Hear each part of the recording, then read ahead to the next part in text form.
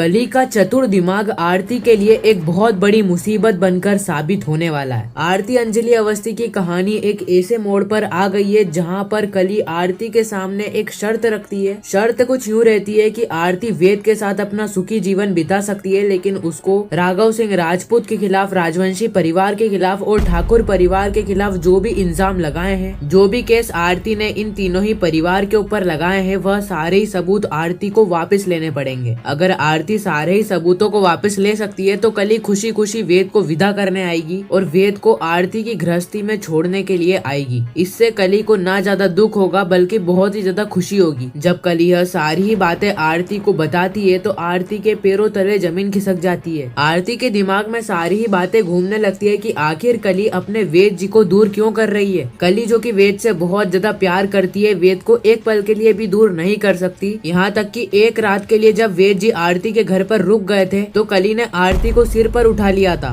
भला वह कली वेद जी को दूर क्यों कर सकती है। उसी समय आरती को कली की चाल के बारे में पता चल जाता है, जिसके बाद आरती कुछ ऐसा करती है जिसे जानकर आपके पैरों तले जमीन खिसक जाएगी। तो आखिर आरती ने ऐसा क्या करा, यह सारी चीजें जानेंगे हम आज के एपिसोड में। तो चलिए बिना टाइम वेस्ट किए एडवोकेट अंजलि अवस्थी के इस खूबसूरत से एपिसोड का रिकैप टेलीविजन से भी पहले शुरू करते हैं। कहानी की शुरुआत होती है कली और आरती से, जहाँ पर कली आरती के सामने शर्त रख देती है। कली आरती से कहती है कि आरती दीदी, अगर आपने मेरी शर्तों को मान लिया ना, क्योंकि आप बहुत ज्यादा फायदे में रहोगी, क्योंकि अगर आपने मेरी शर्तों को मान लिया तो सबसे पहली चीज तो आपके पास वेद जी भी आ जाएंगे। आप वेद जी के साथ अपना सुखी जीवन बिता सकती हो। भला वेद जी आपसे प्यार भी करते हैं और आप भी वेद जी से प्यार करती हैं। खामखा आपने वेद जी की शादी मुझसे करवा दी। चलो वह तो साइड की बात है, लेकिन दूसरी बात, अगर आपने यह केस को एक्सेप्ट नहीं किया तो वैसे भी आप राघव सिंह राजपूत के खिलाफ लगाए गए केस को तो नहीं जीतने वाली है। आपने जो भी केस राजवंशी परिवार, राजपूत परिवार, ठाकुर परिवार के खिलाफ लगाए हैं, आप आपके पापा के कातिल को ढूंढना चाह रही हो, वो तो आप कभी भी नहीं कर पाओगी, क्योंकि मैं ऐसा होने ही नहीं दूंगी। इससे अच्छा है कि आप मेरे शर्तों को मान लीजिए, इसमें ही आप ज्यादा फायदेमंद रहोगी। इतना ही कहकर कली वहाँ से चले जाती है और आरती भी इस वक्त तक गहरी सोच में चले जाती है कि आखिर वह शर्त को माने या फिर नहीं। आरती के दिमाग में वेद को लेकर सारी ही बातें याद आने लगती है कि किस तरीके से वेद जी ने कली के सामने आरती को डिफेंड करते हुए क्या क्या बातें कही थी। वेद जी ने कली के सामने यह कहा था कि आरती गंगा जैसी पवित्र औरत है